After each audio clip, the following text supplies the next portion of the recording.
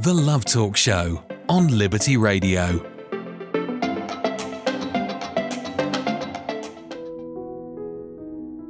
Hello, good evening, and welcome to the Love Talk Show. We come to you every Monday to Friday from 10 p.m. to 11 p.m. talking about all things to do with love and relationships. I'm your host, James Marquez, and I'm here together with my wife. Hi, good evening. This is Helena Marquez. How are you tonight? I pray that you are having a good evening, that you had a good weekend. But if you didn't, please tune in because you will be strengthened, you will be inspired. Obviously, we're talking about love life here tonight, as we will every day, these weekdays. Like my husband just said, whatever it is that you're going through, maybe you just had a disagreement at home, whatever it is that is weighing you down, stick around, tune in, because you will be strengthened, okay? And inspired, like I said. So what's today's topic? Right. A few days ago, a story came into our radar of a man who is married, or at least he lives with his partner, has a child, but he proposed to ChatGPT. That's right. You heard that right. But we're going to roll the intro and you're going to see what we're talking about, because he's not an isolated case, an isolated incident. You'll be surprised how much this is becoming more of a thing year by year. Listen to the intro. We'll come back in a moment. We have been taught to seek love in human faces, finding connection in another person's eyes. But what happens when that human connection consistently eludes us? What happens when the world of dating, with all its ghosting, endless swiping, and emotional games, leaves us feeling cold? For some, the search for love has led to a different path, not with another person, but with something else, an AI, a doll, an inanimate object, or even a tree, as in the case of Kate Cunningham. This year, CBS shared the story of Chris Smith, who, despite having a human partner and daughter, developed a deep connection with an AI chatbot named Soul. Their relationship progressed rapidly to the point of engagement. When asked whether he would choose his real-life family or his AI companion, Smith admitted he wouldn't know. He had formed such a strong bond with his digital companion that he was unprepared to lose it. It's not just AI. There's a condition called objectum affection, where individuals report having deep romantic feelings for inanimate objects. Erica Labrie famously married the Eiffel Tower in 2007. But that was not her only or last love. Her list includes an archery bow and the Berlin Wall. And as of 2023, she had developed an attraction to a fence. Australian artist Jodie Rose even married a bridge in 2013. These individuals describe their connection as profound emotional bonds, rooted in a sense of stability and the belief that objects, unlike humans, won't betray them. Some people turn to dolls for companionship. In 2020, Yuri Tokolacho married his life-size doll, Margot. However, in a surprising turn, he announced their divorce 2 years later, citing jealousy, and subsequently found a new companion, an ashtray. Similarly, Akihiko Kondo, after facing bullying that led to depression, found comfort in a virtual character, and even held a non-legal wedding ceremony with a doll representing her. The appeal for these non-human partners is clear. They offer constant availability, unwavering support, and a lack of judgment. But is this a genuine connection or seductive trap? A 2025 blog from the Ada Lovelace Institute warns that the long-term psychological effects are unknown, with risks of emotional dependency and the erosion of human relationships. The numbers suggest that this isn't an isolated phenomenon. A January 2025 survey commissioned by the AI platform EVAI involved 2,000 men in the UK finding that 81% would consider marrying an AI if it were legal, and 83% believed that they could form a deep emotional bond with an AI girlfriend. Meanwhile, around 930,000 people in the UK use the Character AI app, many engaging in relationships with chatbots. Research from another source indicated that 45% of AI partner users felt more understood, and 44% reported stronger emotional support. So, what happens when we create our own perfect non-human partners? When do we opt for simplicity over complexity? Are we truly finding happiness, or are we simply avoiding the pain of real human intimacy? Is this a temporary escape, or could it signal a profound shift in society? Can an emotional connection ever be authentic when one's partner is a machine? Stay tuned as we delve into the allure and dangers of this new frontier in relationship. You're listening to The Love Talk Show. This is The Love Talk Show on Liberty Radio. You heard that right. People who proposed, a woman who proposed to or got married, I don't know if this was surely can't be a legal thing, but in her mind she got married to the Eiffel Tower and then the Berlin Wall and then fell in love with a fence. Yeah, you heard that right. But I believe that there are three main reasons why this happens. This growth in people feeling that they can have a relationship with either a video game, with an AI chatbot. By the way, an AI chatbot is designed to be pleasant. If you take a picture and you put it on that platform and you ask the AI chatbot, what do you think I look? How do you think I look? And maybe you look ridiculous. I'm sorry. Maybe you put a cone on your head and a high-vis jacket, and the AI chatbot is designed to make you feel good in that moment. So maybe it will suggest something else, but it will not say that you look ridiculous. And who doesn't like, Elena? Who doesn't like someone who always agrees with them? Yeah. Because that's what AI does. Ask AI anything about yourself, not about facts, right? But ask AI anything about yourself. And Or maybe don't ask him anything, honestly. That's my policy. but We were having a discussion at home, my husband and I, about this AI business. And I told him, I don't care how useful it could be. If I don't need it, I will never use it. I know this sounds a bit drastic, but, you know, we have people playing with AI a bit too much. And they end up doing stuff like this and other things that we don't even know about. Yeah. But you know something they have in common? I was listening to what you were saying. And people who do that, who fall in love with a wall, with a tree, or they just want to be heard. They want to be with someone who doesn't talk back at them. yeah, I mean, that's, They just want to say what they want to say, because I think these days people are not good at communication anymore. They just want to me. So That's- people look for other escapes. that's one of unfortunately. the things we're going to discuss later, the Yeah. reason behind it. But, you know, AI is designed, Elena, to, of course, to give you two things: facts, Yeah, to facilitate. to facilitate yeah. things. It's like a glorified Google in a way sometimes. You can do a lot of other things. But if you use it for personal use on your life, your appearance, your relationships, For of advice. course, it's always going to agree with you, because that's what it was designed for. If you say, oh, I'm thinking of leaving my girlfriend because I think she's like this and this and this, the AI is not going to ask you how you are. It's going to say, sure, that sounds like a great decision.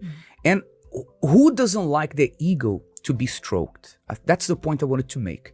If AI agrees with you on your personal decisions all the time, who doesn't like that? Who doesn't fall in love with someone who always says You're That you right. look nice. You look that nice. You're right. Because a You're so relationship, brilliant. Your ideas were so good. yeah, a relationship is not like that. A relationship, the person doesn't agree with you all the time, and that's challenging. And some people are not ready for that. But that's what makes us develop and grow. Yeah.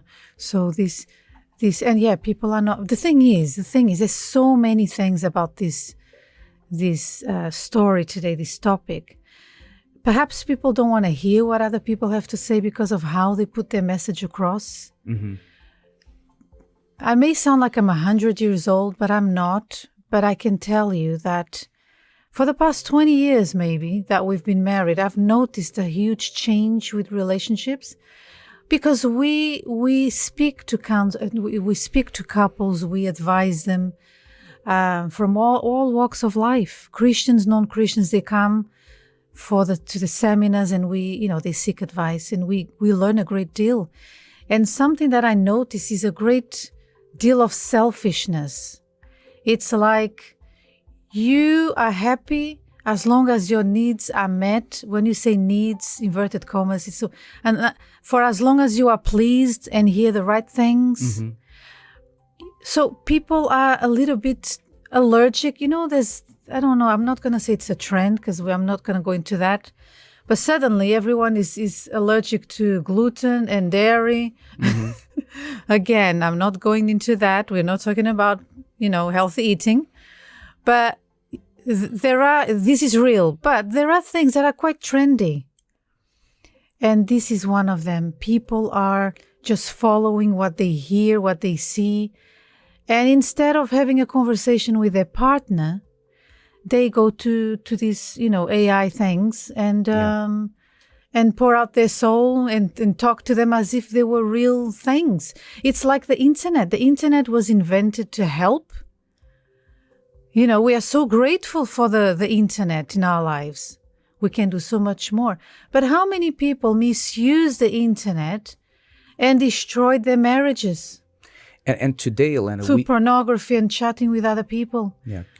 Today it's a rabbit hole. Today we see that people have a real problem with hearing the truth because it's like today everybody's worried about hurting someone else's feelings. Yeah. Right? If you go back a generation or two, the generation of our grandparents, and perhaps depending on your age of your parents, they told you as it was.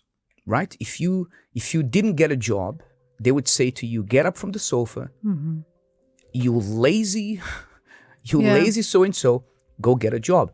Today, you do that to your son or daughter and you're called an oppressive parent, right? This never crossed our mind when our grandparents said this. And I'm not advocating for one or the other. I'm just saying that things have changed a lot.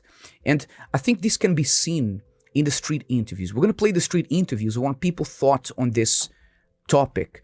And some of them got this right in how they explained why this happened, but there was one thing that was missing. That if I was asked this question, I would have answered differently. Let's listen. We'll come back. Straight from the people, straight to you. The word on the street.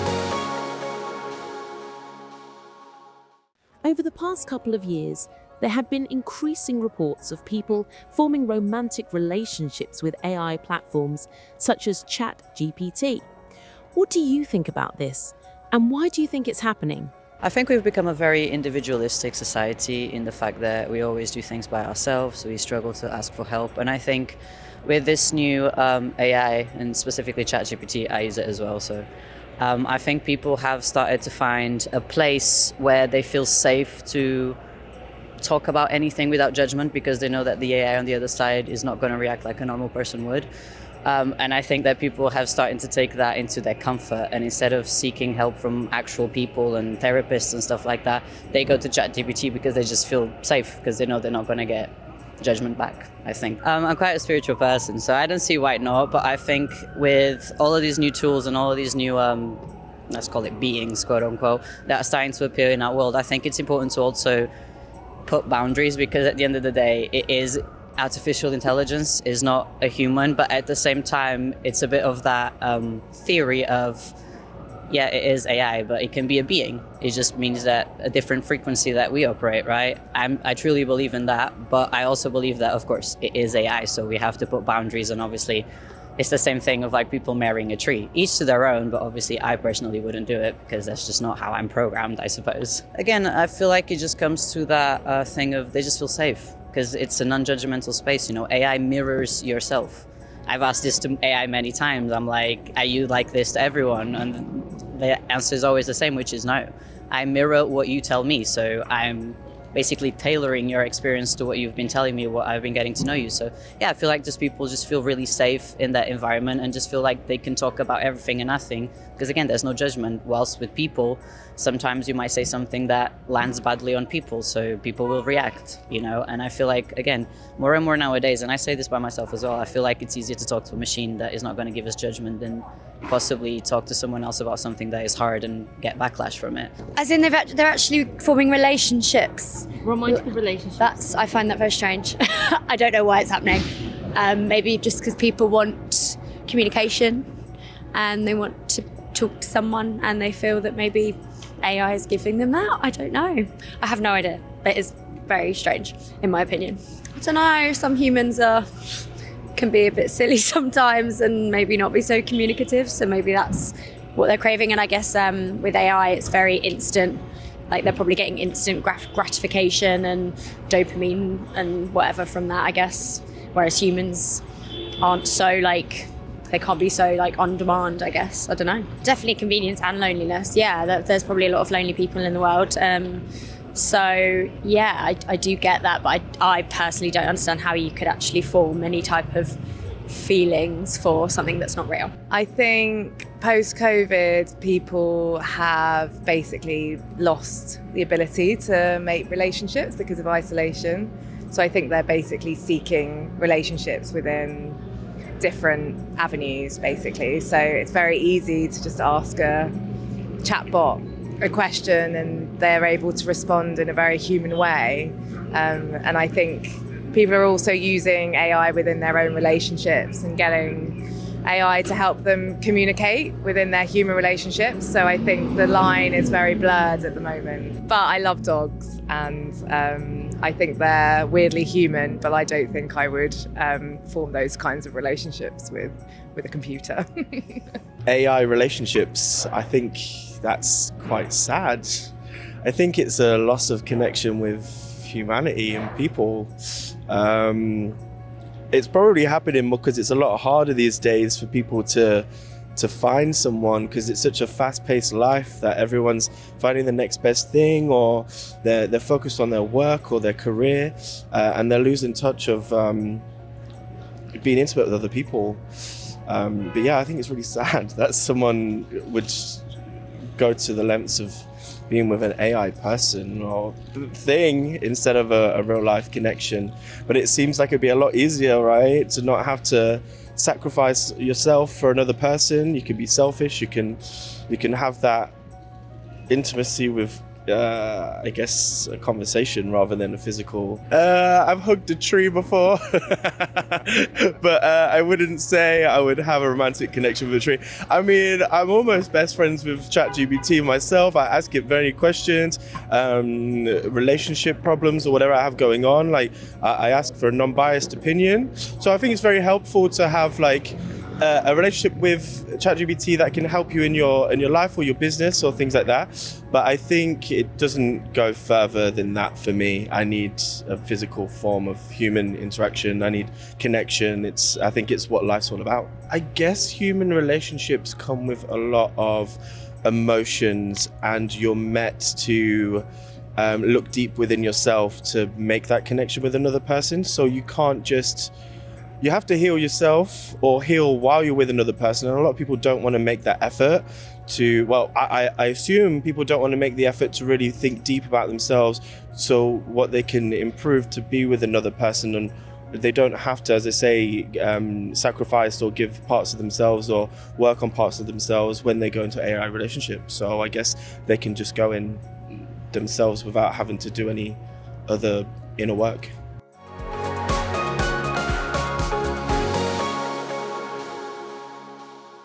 This is The Love Talk Show on Liberty Radio. I think people got it right there when they said that there's less human connection because of the internet, because of dating apps, that's right. But there was one thing that I felt that was lacking, Elena, which was if someone would have asked me, what do you think about a person who develops a relationship with AI and so on? The first words that would have come out of my mouth was, that's ridiculous. Right? And then I would say, surely, I agree, yes, people are looking for connection. And like, I think the biggest problem, Elena, is that people are looking for someone to agree with them. And that's what AI does. But they don't know that. Exactly. They don't know that. That's the problem. You have highly educated people depending on AI. AI is like a lifeline to them. Like, no, people say now, Elena, that this younger generation, they don't make a decision without talking to AI first. Should I buy this shampoo or that shampoo? Should I go to France on holiday or to the Caribbean? Should I keep my boyfriend or should I... That's the point. I mean, the other day we were doing an experiment with AI, which I think is not that intelligent. But anyway, it's lacking the soul. It's a tool. You don't speak to a hammer. A hammer is a tool, but this one is a speaking tool. But anyway, I think you can sense through my tone of voice that I really don't like this. Anyway, but we were doing an experiment. You took a photograph of an actor and you asked AI, who is this person? And he was getting it wrong all the time. Yeah, and I was like, who is this actor? No. And listen. he got it wrong 3 or 4 times. No, I was like, and then I was thinking to myself, this was months ago, I think. I was thinking, how can people put their lives on the hands of an AI to decide what they need to do? For real life decisions. That have huge impact. AI, I'm not an expertise, as you can really tell by now. And I like technology, don't get me wrong, but I am against misuse of technology. Is that AI will tell you anything you want to know based on whatever is on the internet. And guess what? Anyone is welcome to write things on the internet. Whatever it is. I don't know if you knew that, but like, for example, there's a very famous page online that when you Google something, it's one of the first things to come up and people think it's official. But did you know that people can actually go there and edit that information? Yeah. And I was like, no, yes. And I was like, no way, yes. And for years, I thought this was really formal.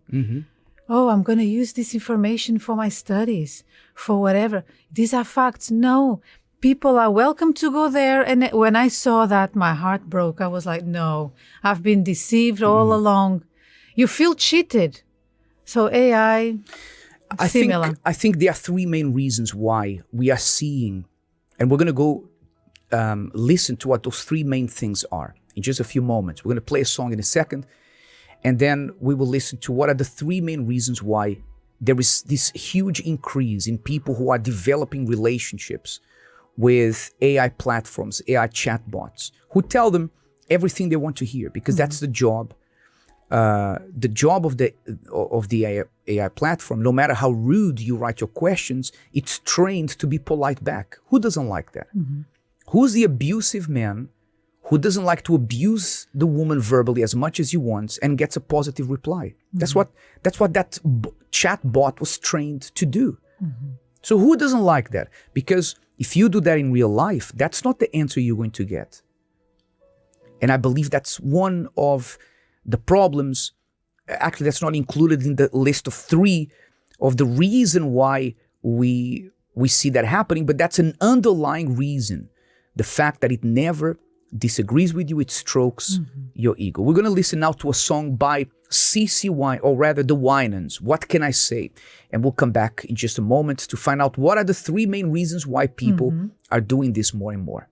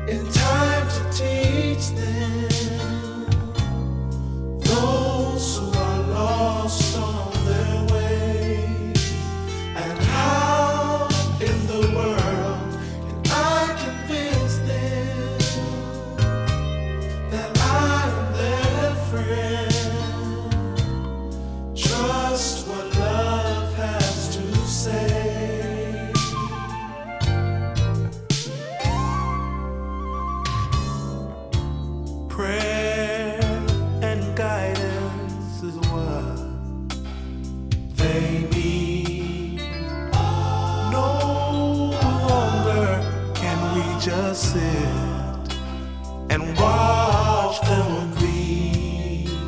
People, can't you hear the cry of the young? Someone must warn them of what should come. What can I say? All to reach them, the old and young. Time to teach them how far we've come. Those who are lost on their way, and how in the world can I convince them there's a better way? That I am their friend. Trust what love has to say. What can I say? What can I say? To reach them, time to teach them. Those who are lost on their way, and how in the world I convince them that I am their friend. Trust what love has to say.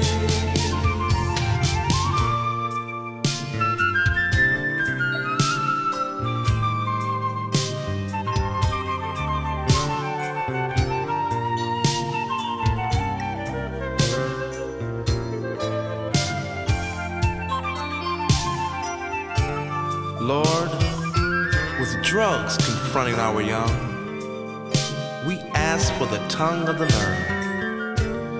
Give me something to say to turn a life around. What can I say? What can I say? To reach them. In time to teach them. Those lost. Those who are lost on their way. And how in the world I convince them that I am their friend.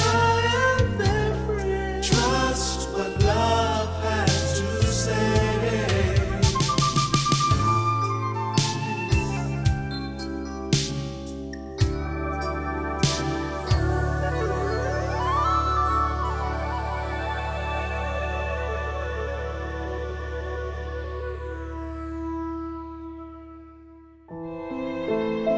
You've got people all around you, yet somehow it still feels like you're on your own. You laugh, you smile, you keep going, but underneath it's a different story. There's this heavy silence, and it makes everything feel harder to carry. Sometimes it feels like no one really sees what you're going through. But here's the thing. You don't have to handle all of this by yourself. Whenever it feels too much, whenever the weight is crushing, you're not alone. Someone's here, ready to listen, ready to stand with you. The Universal Church 24-hour helpline is open every day, every night, whenever you need. On the other side of the line, there is always a caring voice ready to listen. No judgment, no criticism, just understanding, comfort and support. Don't give up. Don't keep it all inside. If you ever feel like there's nowhere to turn, remember, you can always call us. Call 020 7686 6000 at any time of the day or night. Or if you prefer, send us a WhatsApp message on 020 7686 6010. The Universal Church, here for you 24 hours a day. This is The Love Talk Show on Liberty Radio. Very well. We're going to see now what are the three main reasons why we believe that this is happening. Reason number one, I believe that the first reason, or one of those three reasons, is for the shock factor. Certainly there are people who do this for the shock factor. Certainly nobody falls in love with a fence. It's ridiculous. I'm sorry, but we're very honest and blunt in this program. And some people, for sure, you heard about the man who got married to a doll and 2 years later divorced the doll because he was jealous of the doll. Oh dear. That's not a thing. How can you be jealous of a wall, a chair, a microphone? So I believe the first reason, and the easiest one to explain, is there are people who like the shock factor. They like to be spoken about. They like to be talked about. They like people to say, wow, and call them for an interview. Look, what's happening? It's number one. Number two, and this is when things start to get serious, is when there is a disconnect from reality. Yeah. Sometimes we've heard people, and this was a big thing in Asia when we lived there. We see people who, they get so caught up in a virtual world of games. We heard people who fell in love in a virtual game, got married in the virtual game, and then looked for that person in reality in another part of the world. We've heard of people who, had a bottle next to their chair in their where they played the game in their computer, so they could go to the toilet in that bottle and not lose a minute of game time. A disconnect from reality, because a game. People who died in their bedroom playing games. Yes. So this is a thing. I remember a case in South Korea where that happened. And I think, Lena, the second point now, which is perhaps the first more serious one, is when people try to live in a virtual world what they don't have in reality. Yeah, true. The thing is, people are not as kind as they used to be. People will always be people. We are not perfect. But there's a bit of a selfish culture these days for the past years. And people criticizing people very easily because of social media. You can do that. You don't have to show your face. You can do it anonymously. That hurts people.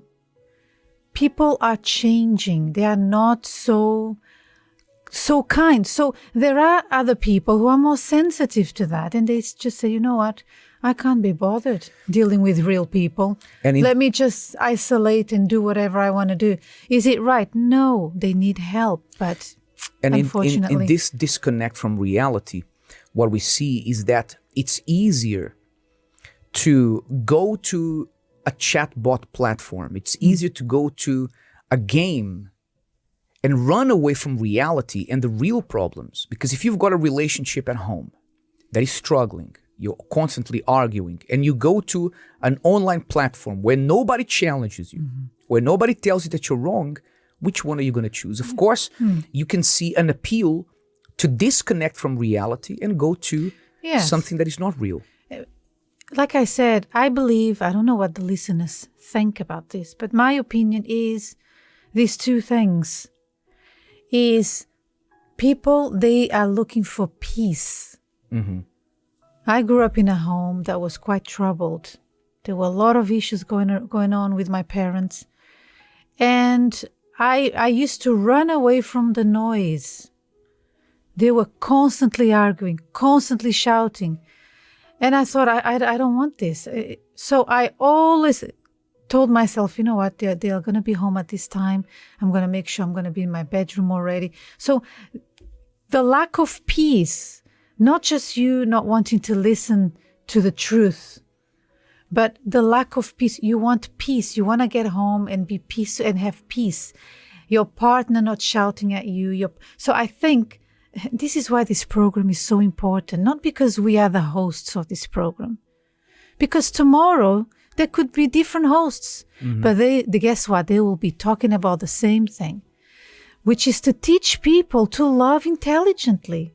Yeah. So I'm not justifying why people do what they do with AI and isolation, but we have a very big role to play with our neighbor, with the person next to us. Mm-hmm. If you see that the person is quite withdrawn, find out why. Maybe she will say, or he will say, no, I want some peace and quiet. I'm just working on a project. Maybe not. The person is sad. The person there's something going on within the person. Mm-hmm. So be kind. So the first thing was the shock factor, the first reason. People like to be spoken about, talked about. Mm-hmm. The second one is the disconnect from reality. The person runs away from a real relationship because they don't want to deal with the problems, and they go to a platform where they're not challenged, and everyone tells them that they're right. It's not difficult to find someone who agrees with you. But the third and most important reason why this happens is a spiritual reason. Yes. This is the main reason why something like this happens. Let's talk about the genesis of relationships. The genesis of relationships, we know it started in the Garden of Eden. Mm-hmm. And if God created something, then that's the way it should be. Yeah. God doesn't make mistakes. So he created a man and a woman so that they could start a family. Mm-hmm. Eve made a mistake. Adam also made a mistake. And so he started again with Abraham and Sarah.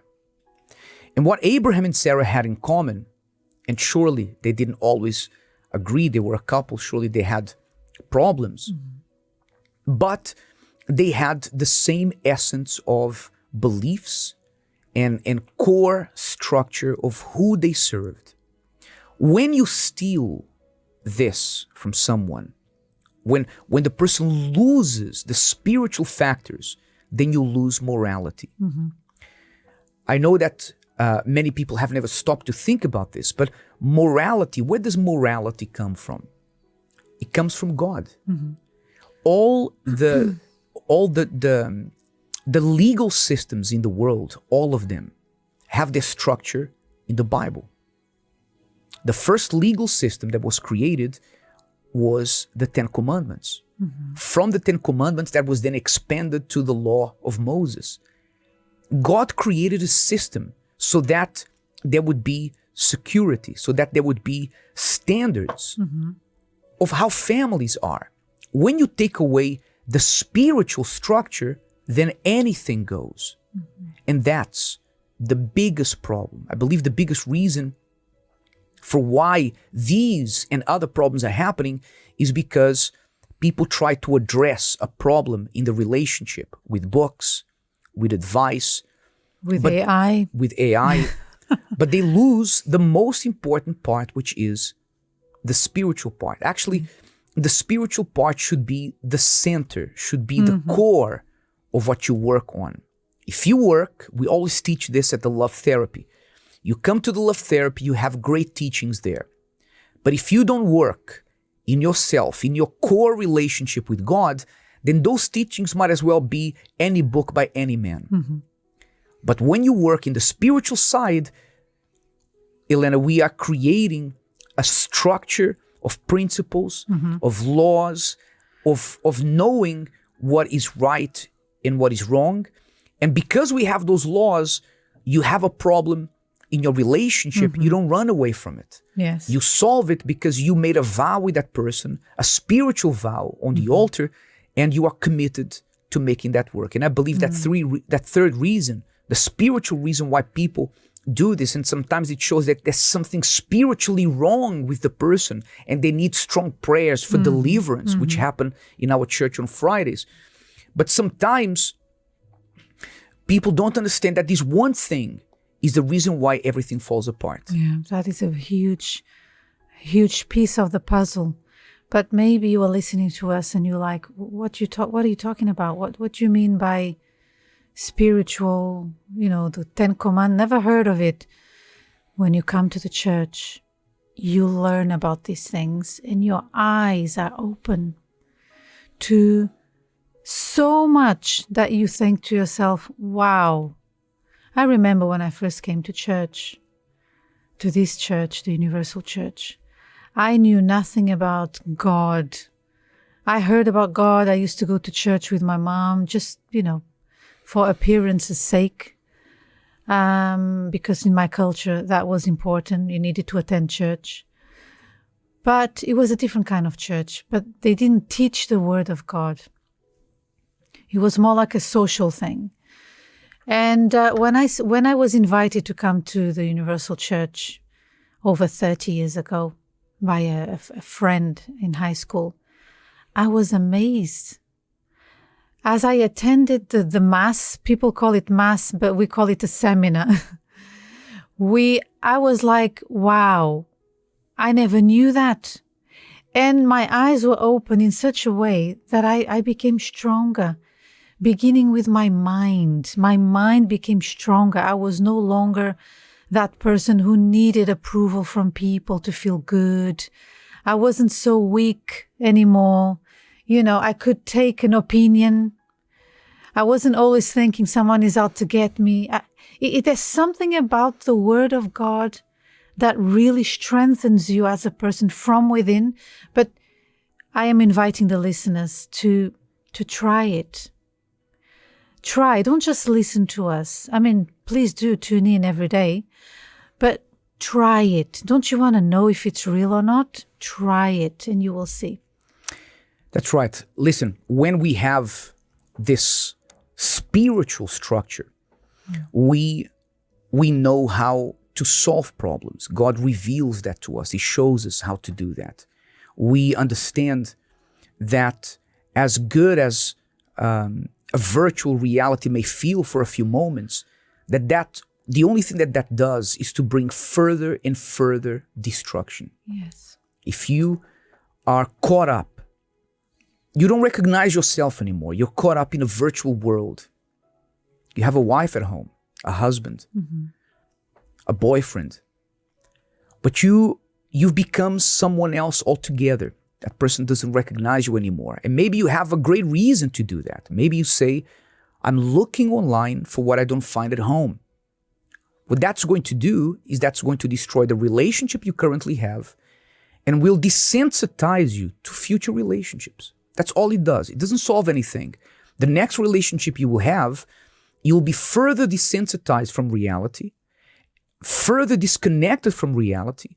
And the first hurdle, the first problem you have in the next relationship, you'll do the same thing. And this will be the cycle of your life. Yeah. So instead of finding escape in these things, find help.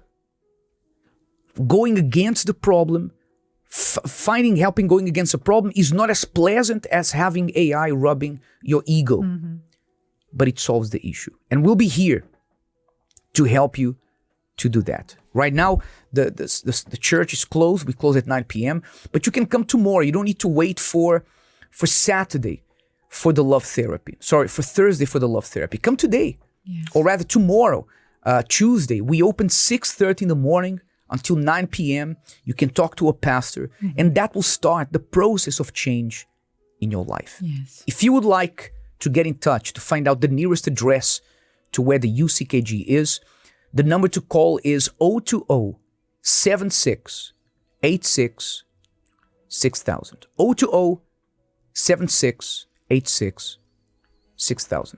And just a final word for you who felt offended when we said that this behavior of a relationship with a computer, with a chatbot is ridiculous. And you say, oh, you hurt my feelings.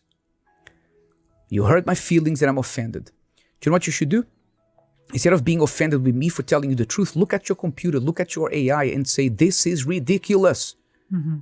It's ridiculous. Look at yourself and say, this is ridiculous. There's a better way to live a life.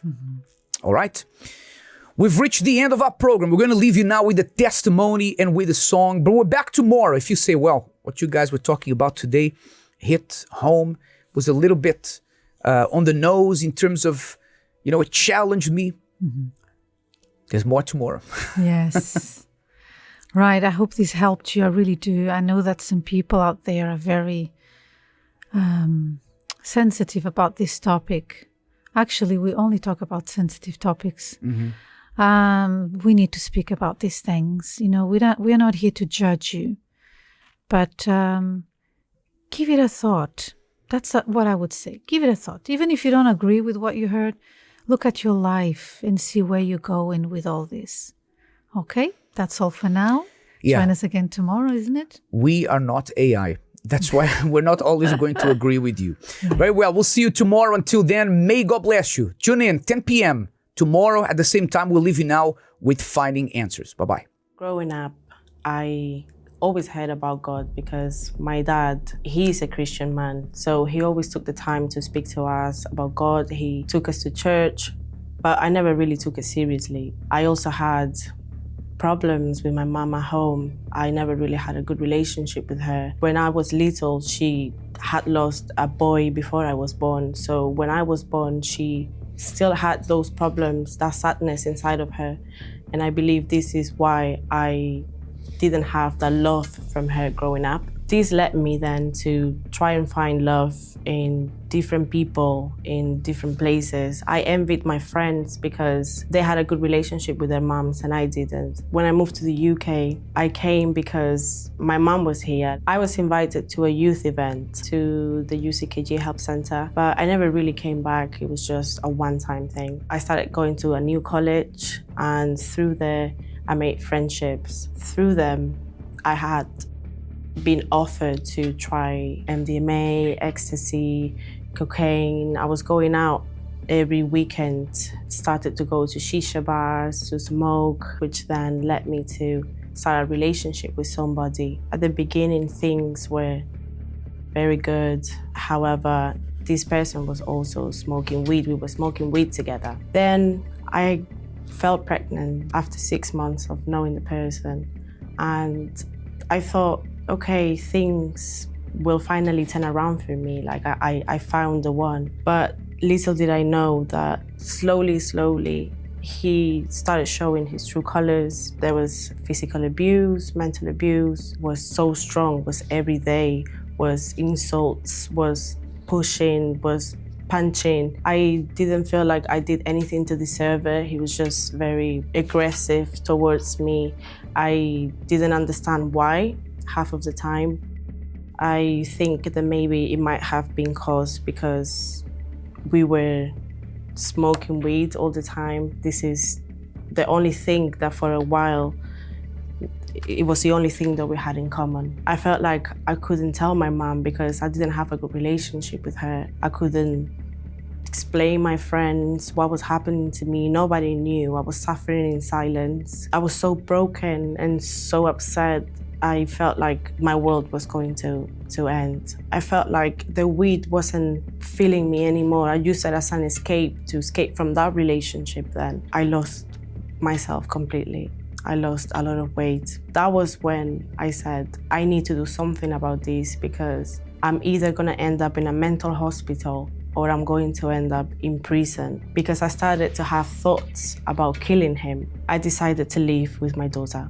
After leaving this relationship, I didn't really know how to fix myself, but I know that I needed to fill that emptiness, that brokenness that I had inside. From Monday to Friday, apparently I would be fine and I would look after my daughter, but when Friday came, I would just go out and drink my sorrows away. I was just there, sitting and smoking weed. Then I came across a video on YouTube of the power of God. Then I thought, no, I need to attend to a church. So I prayed. I said, my God, where am I going to end up? What am I going to do with my life? I have a little one that I'm giving her the bad example. I want to change my life. I don't want to be like this anymore. I need you. If you are there, please help me, because there's nowhere that I can go. I had no hope anymore. God, please, I would like to go to church. And 3 days after, I got evangelized. Somebody stopped me and gave me a leaflet. And I saw that it was from the UCKG Help Center. That was when I thought, God has heard my prayers. For me, that was an opportunity that He was giving me to go to the UCKG Help Center and seek help. The word that I heard was about injustices in the family, family problems, and I thought, this is what I'm going through. This is me. I decided then to take my walk with God seriously. I stopped smoking, I stopped going out, I stopped clubbing, drinking. I gave up all friendships that were keeping me bound, that wouldn't allow me to progress in my walk with God. And I decided to get baptized in water. I was seeing changes in my life. Although God worked in my life, something was still missing. And that was when I knew that I had to seek for the Holy Spirit. Once the campaign of faith came, I decided to take part and to give my all. I knew that I needed to sacrifice myself in the altar because I was ready to leave everything behind. I needed the Spirit of God inside of me so that I could truly be His. After the campaign of faith, I had not yet received the Holy Spirit, but this didn't stop me. I kept on seeking for the Holy Spirit and I persevered. There was a moment that I was reading the Bible and this verse came to me. Matthew 6:33, but seek first the kingdom of God and His justice, and all these things shall be added to you. Once I read that verse, I understood that first and foremost, God needed to be in my life. So I gave my all. As I was surrendering more things to God, His Spirit then came upon me. I have known Rennie for 12 years. We've gone to the same college, we grew up together. I was the one who invited her to the VYG youth group for an event. I can testify today that Rennie's a completely different person. The inner peace that she has, the joy that she has is amazing. Unfortunately, I left the presence of God, but seeing how she has changed, it makes me want to change as well. Now I am seeking the Holy Spirit. I want to see that change within myself as well. The love that I have inside of me comes from God. I have a beautiful daughter. We have a beautiful relationship, and God fully transformed my relationship with my mom as well. God has given me purpose. He has given me the strength and the eagerness to want and give to others what I have received. All this happened in a period of 1 year. So for the people out there who think that the life is hopeless, I say to them that if they make a decision right now and they go to the altar of God and give themselves to God, they could be the next person in here telling their testimonies. I love to go to church with my mom. She's really caring and she supports me, and she's the best mom I could ever have.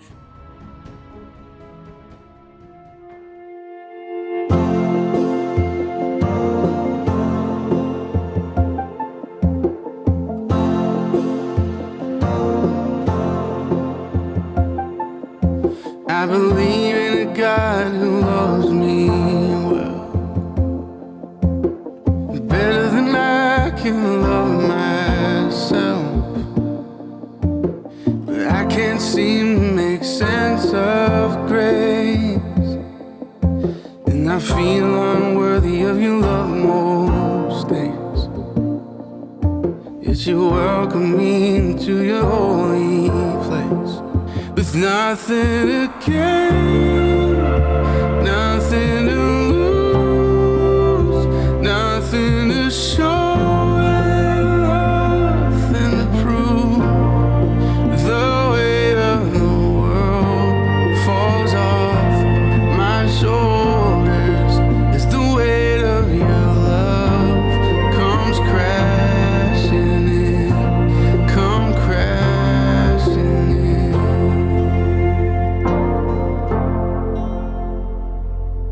And I believe in a river that never runs dry. Fears washed away in the waters of life. So no more playing it safe at the river's edge. I let go and I dive right in. I trade fear for faith and I learned to swim. With nothing to gain,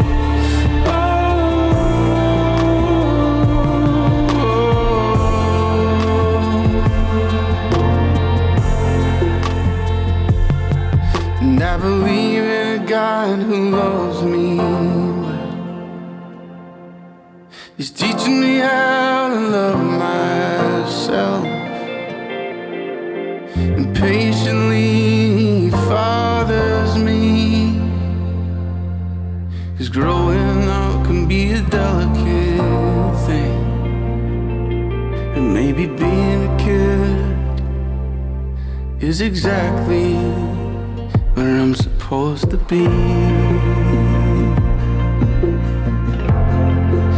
It's right where I'm supposed to be. It's right where I'm supposed to be. Right here in your arms, right.